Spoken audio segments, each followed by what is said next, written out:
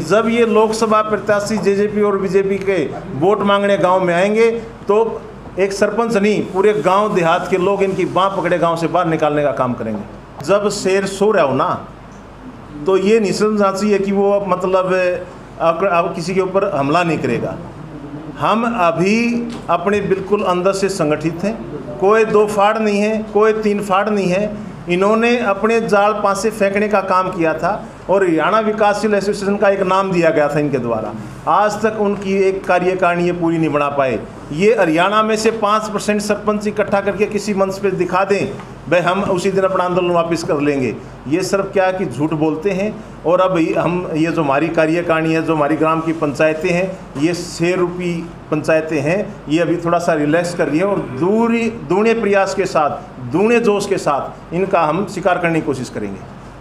तो आगामी लोकसभा इलेक्शन जो होगा, वहाँ से हम आगाज़ करांगे इस सरकार के खिलाफ कि वह आपके लोकसभा क्षेत्र में सिर्फ 10 सांसद उठने का काम करेंगे।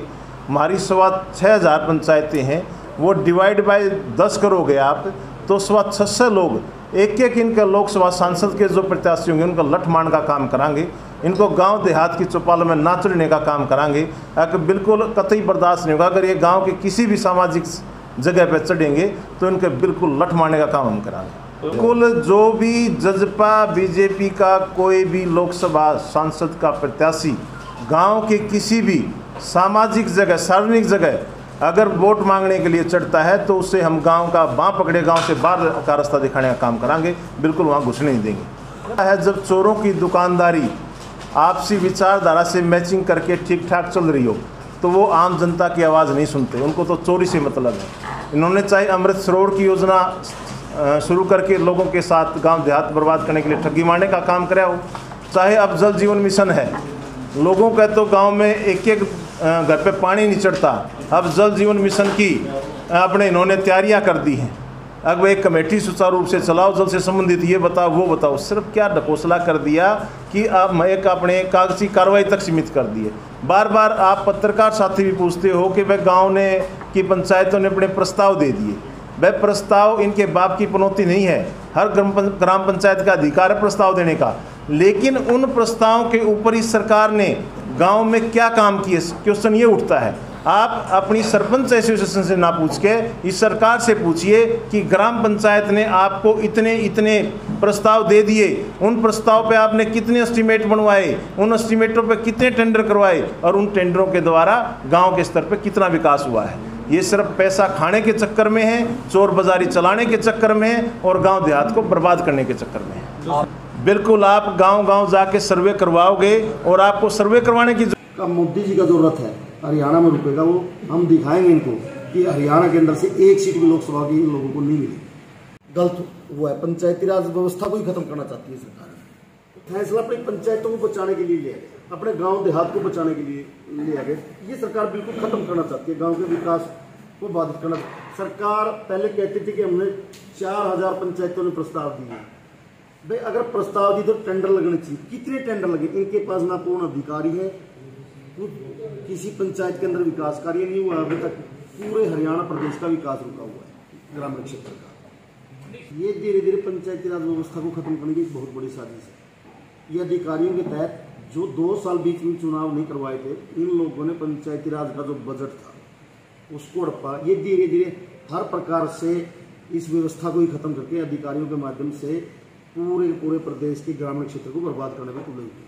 सरकार झूठ बोलने का काम करती है। हम लोगों ने बार बार मीडिया के माध्यम से बोला है, अगर सरकार सच कह रही है, कुल 5% सरपंच ही सरकार अपने साथ खड़े करके दिखा दे, हम मान जाए कि सरकार सच बोल रही है। ये लोग बार बार झूठ बोलते हैं। ये आज से 6 महीने पहले कहने लगी थी 4000 पंचायतों ने प्रस्ताव दे दिए। अगर प्रस्ताव दिए होते 4000 गाँव के अंदर तो विकास कार्य शुरू हुए होते। कहीं भी टेंडर लगाओ तो बताओ, आप सरकार प्रमाण दे भाई इतने टेंडर लग चुके हैं अब तक। ये लोगों को गुमराह करते हैं, झूठ बोलते हैं, झूठ के सिवाय लोगों के पास कुछ भी नहीं। सरकार की मनसा ही नहीं है ग्रामीण क्षेत्र का विकास करना। हम तो चाहते हैं गांव का विकास हो, पंचायतों को पूर्ण अधिकार दो। गांव का विकास करने के लिए तो चुने गए थे।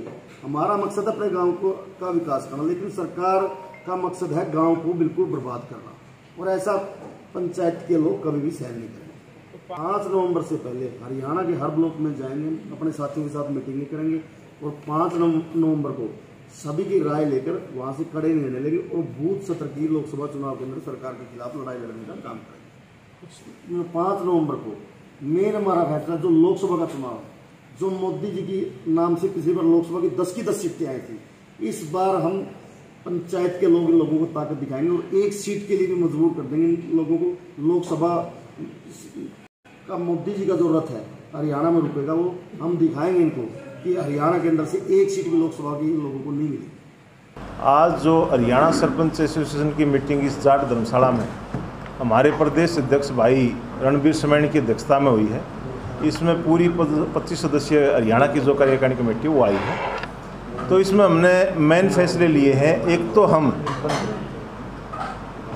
तो हमें जो यह सरकार हर रोज़ गांव देहात को बर्बाद करने के लिए नए नए अध्यादेश लेके आ रही है, तो उसके खिलाफ आज हमने ये निर्णय लिया है कि हम ब्लॉक वाइज जाके मीटिंग करांगे और इस जन विरोधी नीतियाँ जो ये सरकार लेके आई है, इस जन विरोधी सरकार के बारे में एक एक लोगों को समझाने का काम करांगे।